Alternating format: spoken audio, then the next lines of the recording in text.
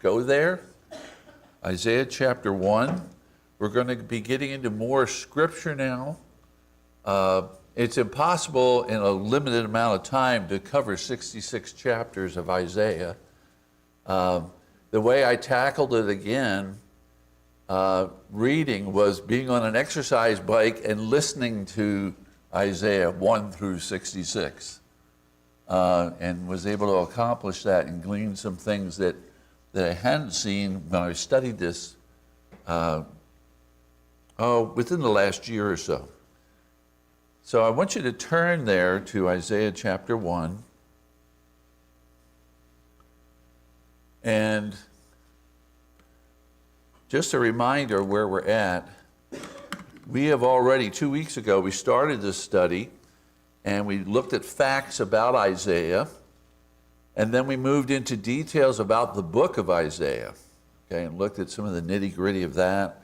Then we're going to move into topics, and that's how I'm going to hit the main things that I want to share with you. It's impossible to share everything because of the length of the book. So we'll look at selected topics in the book itself, in particular chapters, as we move through 1 through 66. Then we're going to look at the impact that book has on the New Testament. And then finally, what impact should it have on you and me as we read the book? So that's kind of where we're going with this study. And we won't be finished today. We'll be moving on, continue the next 1 or 2 weeks. And so just to let you know that. Let me move ahead here in our slides. 2 weeks ago, I started this study, and it was interesting that individual came up to me. He's not in here this morning, I don't think. No, I don't think so. And he said to me, he said, Tom, have you ever come across in your studies about the book of Isaiah being a miniature Bible? And I had to think about that. And at that moment in time, it really didn't come to mind. And so it made me dig somewhat. And as I dug, my Ryrie Study Bible doesn't mention it all, but one of the early versions of the Ryrie Study Bible does.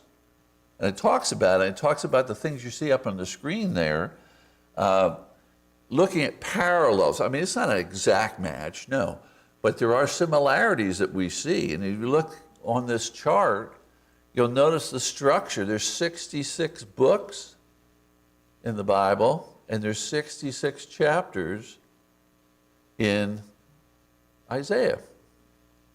And then there's divisions. There's a division of chapter 1 through 39, and then 40 to 66. The first part being the Old Testament, the 27 books being the New Testament. And then Isaiah has its own divisions too, 1 through 39, and then 40 through 66. Now, the interesting thing that we will be looking at is there is an interlude where you have a break between these two divisions that actually looks at factual events that took place in the life of Isaiah. And we'll stop there and park ourselves, and we'll look at some of those aspects in chapter 36 through 39. And then there are themes that are similar. If you look down there at the Old Testament themes, you know, in the Bible, Old Testament, you have things like judgment, you have righteousness. And then in comparison to Isaiah, in Isaiah, you have lots of judgments that are portrayed in chapters 1 through 39. New Testament, there's similarities too. You have, in the New Testament of the Bible, you have salvation, you have the Messiah, you have hope for the future. And then the same thing in Isaiah, in chapters 40 through 66, you have the idea of redemption, and you also have future events that are going to be portrayed. Now,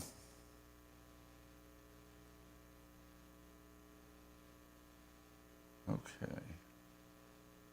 One more thing I want to just point out to you to look at, just to keep in mind where we are. we have all of these major themes that we find in the book of Isaiah. They had the remnant, okay, and you see that mentioned all through Isaiah as the people will eventually return. You have the sovereignty of God and him being in control of all things. You have the servant, Jesus Christ. You have the Holy One of Israel, which is God the Father. And you have the Messiah, and just lots of prophecies that are found in Isaiah regarding that. When you teach history, you have to have timelines, okay? And just to portray for us things that are happening in time, if you'll notice, starting over here, now remember the lifespan that we think is what theologians have thought, from about 740 to 680 is the time span for Isaiah himself. But in between those dates, you have the northern kingdom that falls to Assyria. That's the first aggressor. And then 20 years later, Assyria attacks Judah. Okay, and that's where we see Hezekiah come into play there. And then 681, we have a prophecy in Isaiah about Cyrus the Great, who is a Persian leader in the future, yet future. And we'll talk more about that. Then you have the end of what we believe is the life ministry of Isaiah. And then in 612, the Assyrian Empire falls to Babylon, okay? And then further on, we have other things here, just to help you to get a picture of where we're at in time here. If you look at 605, Jeremiah even predicts, and we pull some different books in from the Old Testament that work with Isaiah and pointing out things. And in 605 BC approximately, Jeremiah talks about the 70-year captivity, okay? So it's not just in Isaiah. And then you have these different deportations that take place. And I mentioned to you there was 3 of them, 605, 597, and 586. Okay, and I only know that because I had to teach, or I had to learn that in my History of Western Civ class. And so you see the deportation begins in 605, and then by 586, Jerusalem falls, and Babylon takes over, and the temple's destroyed. And then moving down in time about, approximately 50 years, you have the Persians under Cyrus defeat Babylon. Now, I put a little footnote for myself here to remind me. Do you know how they defeated Babylon? In doing some reading, it's very interesting because it was a formidable city with great walls, thick walls. And from the ancient readings that you can go through, you find out that the Persians and the Medes were 2 different groups at that time. They combined into the Persians. But what they did was they actually blocked the river that flowed through the city. And when they blocked the river, it gave access to the other side of the wall. And that's how the city of Babylon fell. That's a little history footnote for you. Okay, so that's 586, and then 539 under Cyrus defeats Babylon. Then we see the decree of Cyrus decreeing the Jews will return. And just so we could see into the future, I put in there about the temple being rebuilt about 515. Ezra takes people in 458. And then finally Nehemiah going back to build the walls in 445 BC. So a lot of things took place. And that's why I wanted to give you kind of a framework there as you look at this book. Okay, you should be in chapter 1 of Isaiah. And let's go ahead and read this. This will be our first portion of Scripture that we're going to look at just to get a handle on things.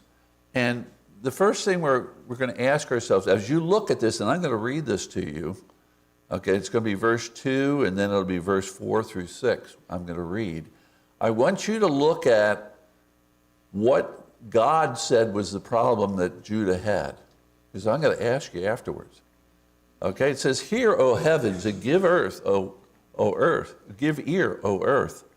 For the Lord hath spoken. I have nourished and brought up children, and they have rebelled against me. Ah, sinful nation, a people laden with iniquity, a seed of evildoers, children that are corrupters. They have forsaken the Lord. They have provoked the Holy One of Israel unto anger. They are gone away backward. Why should ye be stricken any more? Ye will revolt more and more. The whole head is sick, and the whole heart faint. From the sole of the foot even unto the head there is no soundness in it, but wounds and bruises and putrefying sores." And we'll stop right there. Okay, so what are some things that you see that God thinks is a problem for Israel?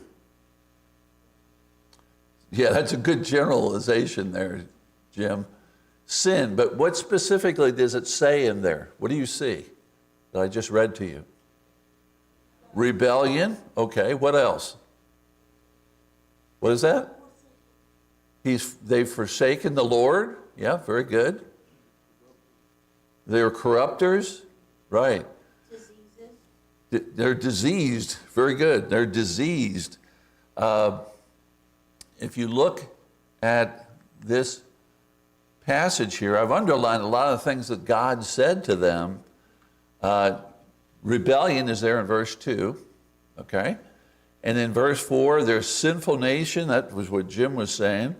Laden with iniquity, that's sin again. Corrupters, provoking God the Father, gone away backward, whole head is sick, whole heart is faint, there's no soundness, and they're covered with sores and bruises. So not a very nice picture, but that's where God is looking at Judah, okay, as we think about this passage. So that's our first passage to lay the groundwork of what's going to happen. Okay, let's look at this chart. Warren Wiersbe, one of my favorite commentators, pulls out some things from the book of Isaiah, and he brought out some things about Israel itself. And so if we looked in there, and I give you one verse there on the side, right here, "Woe unto them," see the woe, "unto them that join house to house and lay field to field, till there be no place." And notice all the things that Judah is described as: their covetousness, drunkenness, carelessness, deception, pride, injustice. This all in one section there in chapter 5, dealing with the people. In addition to that, we see in chapters 13 to 23, which is a long expanse describing the judgments that take place, or the word that's used in the King James Version is burdens.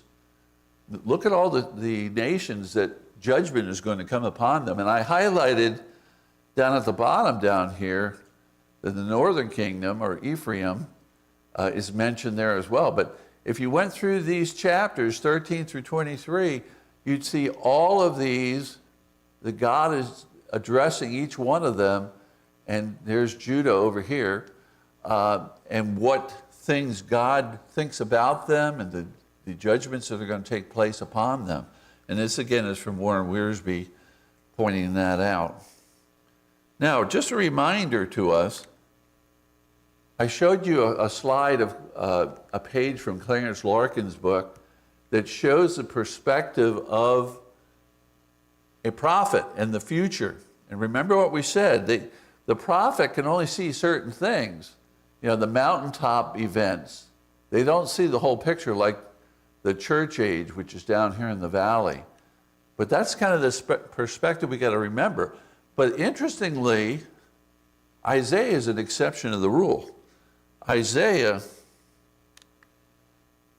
has been revealed to him so many things about the future And you think to yourself, as he was writing under inspiration, what he would have been thinking, and it would be an amazing thing, especially when we get to Isaiah 52 and 53.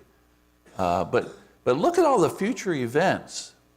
There's more in Isaiah than any other book as far as prophesying of the future. And look at all these things, like the millennium and the fall of Assyria, which was closer in time, the fall of Babylon, tribulation, the captivity, John the Baptist.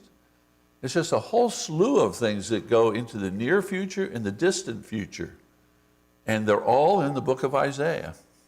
If you don't get anything else out of this study, it should prompt you to study Isaiah more because of how it ties in with the New Testament and how it looks to the future and just all the things that God revealed through this one prophet.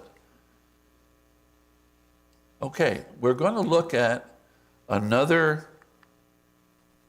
topic, and I thought it was important for us to turn to Isaiah 6. Turn to Isaiah 6. I think it's important that we look at the call of Isaiah, and I know it's very familiar to you, but I think it's worth parking ourselves here temporarily just to look at some things that God did to make it known that God wanted to use Isaiah. And so if you look there in verse 1, I'll read this, and I want you to follow along with me. In the year that King Uzziah died, I saw also the Lord sitting upon a throne, high and lifted up, and his train filled the temple. Above it stood the seraphims. Each one had 6 wings, and twain he covered his face, and with twain he covered his feet, and with twain he did fly. And one cried unto another and said, Holy, holy, holy is the Lord of hosts. The whole earth is full of his glory. And as we experience this situation in Isaiah's life, just put yourself in his shoes. It says in verse 4, And the posts of the door moved at the voice of him that cried, and the house was filled with smoke. Then said I, Woe is me, for I am undone, because I am a man of unclean lips, and I dwell in the midst of the people of unclean lips. For mine eyes have seen the King, the Lord of hosts. Then flew one of the seraphims unto me. Imagine experiencing this.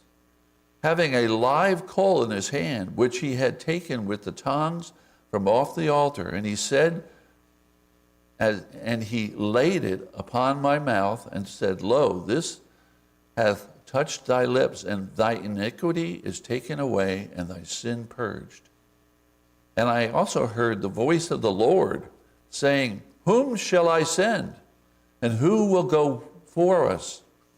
Then said I, Here am I, send me. Very familiar passage. And he said, Go and tell the people, Hear ye indeed, but understand not, and see ye indeed, but perceive not. And so we see the calling of the prophet Isaiah here. And I want you to try and put yourself in his shoes as we look at this study and the things that he experienced there, dealing with his life in the book Isaiah itself.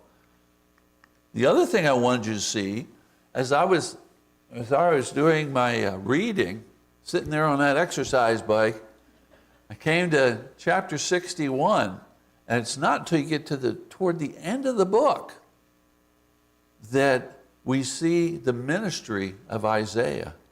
So if you look there, go back to 61, chapter 61, and look there with me, because it describes his ministry that he had. Even though it's almost at the end of Isaiah, it still describes through God's inspiration. It says, The Spirit of the Lord God is upon me.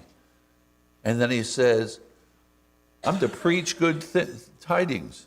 I'm to bind up the brokenhearted. I'm underlining it here. Proclaim liberty to the captives. Proclaim the acceptable year of the Lord, the day of vengeance of our God. Comfort all that mourn. Give unto them beauty for ashes, the oil of joy for mourning, the garment of praise, and then at the very end, that he might be glorified. This is the ministry of this prophet. And so I thought it was important for us to see that from his perspective through inspiration, not just his calling, but what his ministry was all about. Now, as we go into topics here, we cannot pass up the messianic prophecies that we have. And the thing I want to point out to you that's amazing is these prophecies were done 700 years before the Lord Jesus Christ was born in this world. Just grasp that. And some of them are very poignant in what they describe. I put a bunch of them up here, but it talks about the virgin birth. It talks about his ministry in Galilee. He's the mighty God. He's the root of Jesse. It talks about his future return. It talks about death in victory. It talks about the cross. And a lamb to slaughter. Now, we could spend a lot of time just on these, but that's not our intent. This is an overview, okay? And so keep in mind all these things that God has given to the prophet Isaiah, and you're in his shoes and you're thinking, wow, God's giving me information about the Messiah, and very poignant information. And so it's just a neat thing to see there. Another thing that's interesting is this. If you turn to Isaiah 13 with me, okay, I'm going to have you keep going back to the book because that's what we're studying. But it's interesting now. I wouldn't have come up with this, okay? Theologians came up with this, and there are different places in the book of Isaiah where there's dual meanings. There's dual things being talked about. And I took this one passage from chapter 13 to give you something that's immediate, that's coming up shortly, and something that was distant future, okay, in the same chapter. And it's talking about the day of the Lord, okay, is at hand. You see that in verse 6 there in red. The day of the Lord cometh in verse 9. But if you move down to verse 11 there in the passage, and you see, and I will punish the world for their evil, the wicked for their iniquity, and I will cause the arrogancy of the proud to cease, and will lay low the haughtiness of the terrible. Therefore I will shake heavens and the earth shall move out of her place in the wrath of the Lord of hosts, and in the day of his fierce anger. That's future. What's being described there, talking about the whole world. Okay? And it's neat, as you study this and you get the experience and the scholarship from different individuals who have studied this and know the Hebrew, which I do not. They also point out a second part in verse 17 that's closer in time. Look what it says there in verse 17. It says, I will stir up the Medes against them, which shall not regard silver, and as for gold, they shall not delight in it. And Babylon, notice it mentions the Medes and Babylon, the glory of kingdoms, the beauty of the Chaldees, excellency, shall be as when God overthrew Sodom and Gomorrah. So it's referring to something that's coming up in the near future. Remember, 586, well, actually go back to 605, 597, and then 586. You have 3 deportations with who? The Babylonians, okay? And so it's interesting that you see that. And then Babylon falls. Who do they fall to? The Medes and the Persians, okay? And so it's interesting, you see 2 different things that are mentioned in this passage. One is farther in the future, one is nearer in the future. And I just point that out just because it was interesting. I wouldn't have pulled that out myself, but I read different commentaries and they all were saying the same thing about this. Just very interesting. Chapter 14, turn there. Turn to chapter 14. An individual you're very familiar with in chapter 14. And it's in Isaiah. There's lots of things, chock full of things in the book of Isaiah. How art thou fallen from heaven, O Lucifer, son of the morning? How art thou cut down to the ground? Now I highlighted purposely the word I, because this is what Satan's mindset is, I will ascend into heaven. I will exalt my throne above the stars of God. I will sit upon the mount of the congregation. I will ascend above the heights of the clouds. I will be like the Most High. Satan wanted to replace God. And why? Because of his pride. And of course, God's going to deal with him, as we already know. We know the end of the story in that way. But that's one topic I wanted to point out to you that's mentioned in there. It's just interesting. All of a sudden, you got Satan mentioned in the book of Isaiah. And God had that for a reason, for us to be reminded of as we're studying this book. Now, this is interesting to somebody who is a history teacher, okay? But I'm going to teach you a little geography today, okay? Geography is important. In fact, it's sad when you watch some of these programs where they ask young people about geography or who's the president of the United States, and they have no clue. Very sad, very sad. I want to point out to you, this is the area of the Tigris and Euphrates rivers, okay? This is the Fertile Crescent, this upside down sea. And that's the way that people would travel. They wanted to go to Babylon, okay? Or they wanted to go to Jerusalem. We're at Babylon on there? It would be, let's see, Ur is here. Let's see. There's Nineveh. Oh, there it is. Yeah, thank you. And there's Ur of the Chaldees. Okay? Now, the thing I want to point out to you, I was stationed right here. We call it the armpit of the Mediterranean. But I was in the Air Force and stationed at Insulet Air Base, which back then was one of the biggest air bases in the Middle East. But I was fortunate enough to be able to go down. There's a little sliver here that belongs to Turkey. This is Turkey here. And there's a little sliver that belongs to Turkey, and that's where Antakya, or Antioch, where they were first world Christians, was located. Got to go there. And then just to the west was where Tarsus, where the Apostle Paul was born. Got to go there. Not much there. It's just a Roman arch. That's it. But the thing I want to point out to you, which was a neat thing to me, it's a little bit elongated as we look at the idea of prophecies to see when was it fulfilled. But what we're pointing out here is the city of Tyre. God curses the city of Tyre, okay? And if you look there in chapter 23, I've given you the portions here, chapter 23, 25, and then 26. It's a prophecy against Tyre. For Tyre is destroyed and left without a house or harbor. And then in verse 25, it talks about it being a heap of rubble, a ruin, never to be rebuilt. Then in chapter 26, the Lord humbles those who dwell on high and levels it to the ground, it to the dust. Okay, so you're saying to yourself, okay, when is this going to happen? And this is an interesting thing to not only somebody who likes to study the Bible, but study history, because God did fulfill his word.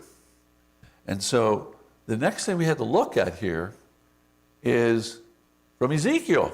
Remember I said there's different books that support things that Isaiah is talking about. And if you look up there in Ezekiel 26, it says, Son of man, because that Tyrus had said, that's Tyre, against Jerusalem, she is broken. That was the gates of the people. She is turned unto me. I shall be replenished now, since she is laid to waste.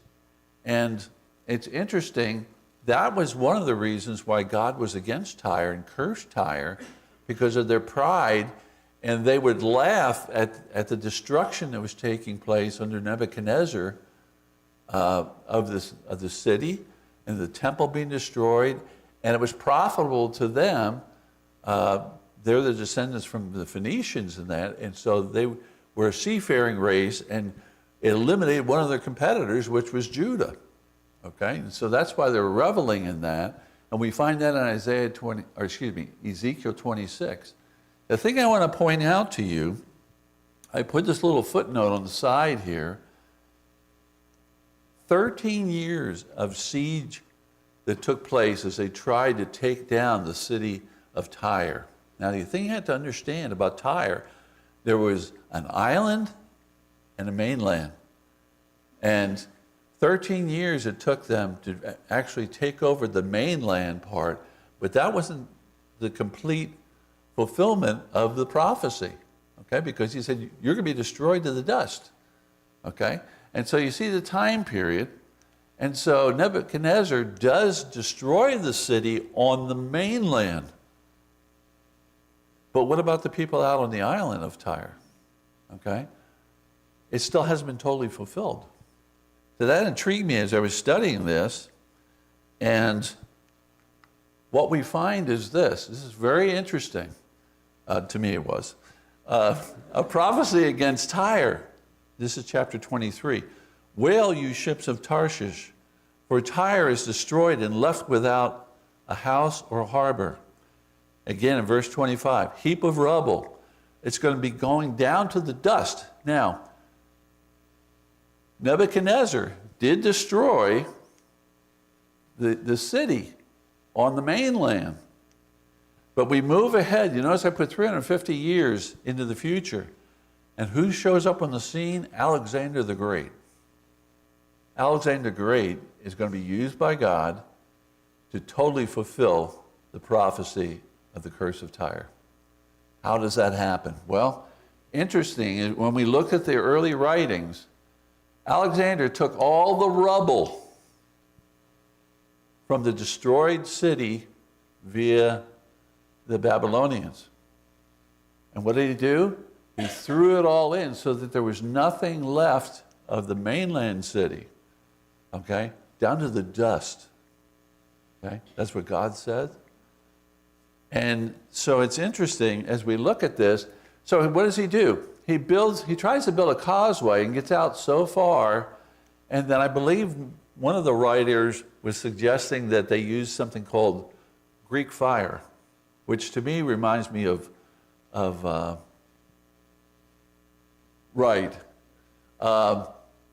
napalm, that type of thing. And so they couldn't complete the causeway across, even though they threw everything that was from the mainland in there to build it. So eventually, they think right around this area, they broke through the walls. And they took the island of Tyre. And that fulfilled this prophecy. The mainland had been destroyed by Nebuchadnezzar. The island was taken and the prisoners were taken under Alexander the Great. So 350 years into the future from that prophecy. But God's word is true. God fulfills his word. And it's just an interesting footnote in history just to see how God used Alexander the Great in 332, sieged for 7 months, and then finally broke through the walls. Okay, now we're going to go on to the interlude that I mentioned to you earlier, chapters 36 and to 39. In 36, if you'll turn there with me, this is another topic as we're leapfrogging through the subject matter in the book of Isaiah. We have the Assyrians in 701 BC, 20 years after the northern kingdom falls. The Assyrians are going to threaten Judah, taking all the other major cities in the nation of Judah. And so they come to the gate, and it says, now it came to pass in the 14th year of Isaiah, this is in Isaiah 36, King Hezekiah, that Sennacherib, king of Assyria, came up against all the defense cities of Judah and took them. So he sends a representative, and here's the defiant words that he says in verse 14 of chapter 36. Thus saith the king, let not Hezekiah deceive you, for he shall not be able to deliver you. Neither let Hezekiah make you trust in the Lord. Okay, so they were being defiant, not only of the people, but of their God. Okay, God's not going to stand for that. All right, and so it's interesting. as we see 20 years later, they're attacking the southern kingdom. So what happens? Turn to chapter 37.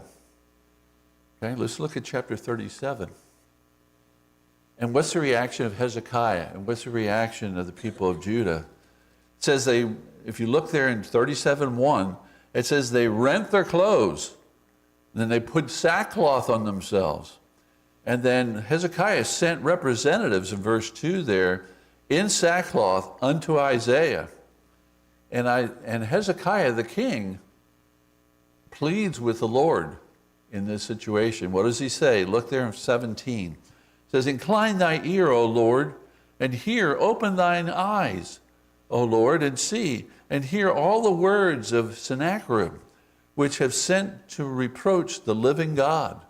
So it's not just the people, they're reproaching you, Lord, and God's not going to stand for that, obviously. As we'll see in chapter 37 and verse 35, we see a miracle that takes place. God says this in verse 35, he says, for I will defend this city to save it for mine own sake and for my servant David's sake. And what does he do? He sends the angel of the Lord. And in the course of that passage there, the angel of the Lord defeats 185,000 troops. Okay? Just imagine that happening. And your army's gone. And they would leave after that, obviously. But what a miracle of God. And this is again in 701 BC. Now we're still in the life of Isaiah and Hezekiah, and we're in chapter 38. If you look there in chapter 38, something happens. We see that King Hezekiah gets sick. And the Lord declares in verse 1, thus saith the Lord, set thine house in order, for thou shalt die and not live. And of course that shook Hezekiah, and he responds to the Lord in verse 3 there and says, remember now, O Lord, I beseech thee, how I have walked before thee in truth and with a perfect heart, and have done that which is good in thy sight. And he cried. He wept sore. And God, in the same passage here in verse 4, responds to him and says, go and say to Hezekiah, thus saith the Lord, the God of David, thy father, I have heard thy prayer. I have seen thy tears. Behold, I will add unto your days 15 years. So God heard that prayer, that earnest prayer of the king Hezekiah, and has given him 15 more years, which he would have been very grateful for when he was facing death. Something interesting that I had to really read up on to understand. In chapter 38, turn there. Okay, we're still in the interlude, talking about things that are happening in Isaiah's life and King Hezekiah. And I'll read this first. In chapter 38, follow along with me, verses 7 and 8. It said, God was going to give a sign of proof that he was going to fulfill what he said about the life of of Hezekiah. And this shall be a sign unto thee from the Lord, that the Lord will do this thing that he hath spoken. Behold, I will bring again the shadow of the degrees, which is gone down in the sundial of Ahaz, that was Hezekiah's father, 10 degrees backward. So the sun returned 10 degrees, by which degrees it was gone down.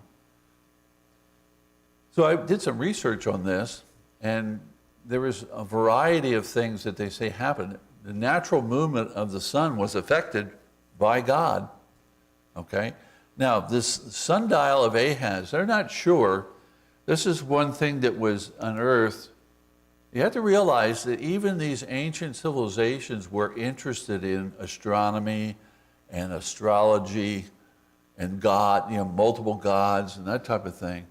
But one of the things that they had was more like on a furniture size that measured the movement of the sun. Was this the sundial of Ahaz? We're not sure. Or it could have been something else that was suggested, And that is a structure that has stairs on it. And the shadow of the sun would affect on what step it was on. And again, remember, it was going backwards. So I looked at something that was a little bit more insightful to educate us, including your teacher. The miracle of the sundial is a powerful demonstration, reading over here, of God's sovereignty over creation and his ability to alter the natural order. It serves as a testament of God's faithfulness in following his promises and his willingness to provide signs to strengthen the faith of his people. The backward movement of the shadow is a supernatural event that underscores the divine intervention in Hezekiah's life. It's also mentioned in 2 Kings chapter 20. So it's interesting, as I studied this, some writers said, well, it just moved back. It says 10 degrees, and so the question is, what was that? How much was it? Was it 10 minutes back? Was it 1 hour back? Was it 10 hours back? There was varying explanations, but the point that we want to say is this: God did a monumental thing in affecting the natural order of things and moving things back, the shadow. How did he do that? I don't know. He's God. He can do anything. Okay?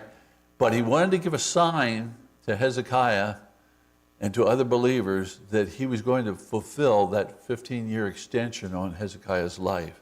So it's just an interesting thing to note in the passage there, this miracle, and then the showing of the sundial as proof that God was going to keep his word. So just neat to see that. One other thing that we see in the life of Hezekiah is a mistake that he made. Okay? This is in chapter 39. You can look there with me. In chapter 39, Hezekiah was proud with all of his wealth and all that he had accomplished. And it's sad because he invited the king of Babylon to come. And then if you look down in there in verse 2, it says, in Hezekiah, in chapter 39, and Hezekiah was glad of them and showed them the house of his precious things, the silver, the gold, the spices, his precious ointment. There was nothing in his house, nor all of his dominion, that Hezekiah didn't show. You're just asking for trouble. Okay? That's a tempting thing, to show all of your wealth, okay, and all your greatness. Isaiah on the right side there says this, says, what have they seen in thy house? And Hezekiah answered, all that is my house have they seen. There's nothing among my treasures that I have not showed them. He showed it all to them. So are they tempted to take over the city? Yes. You look down there in verse 5 in chapter 39.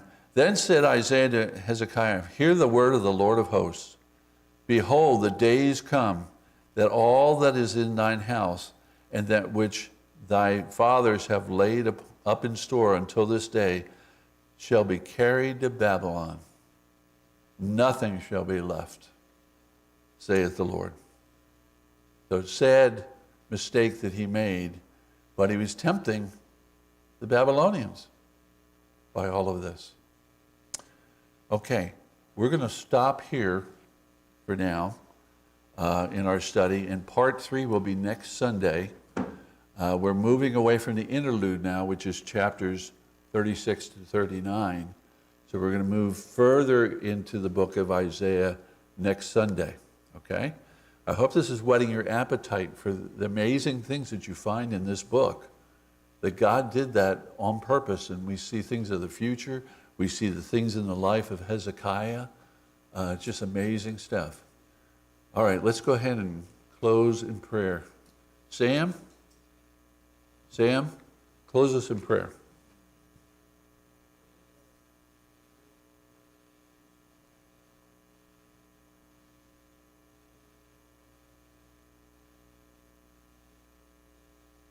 Amen. Thank you.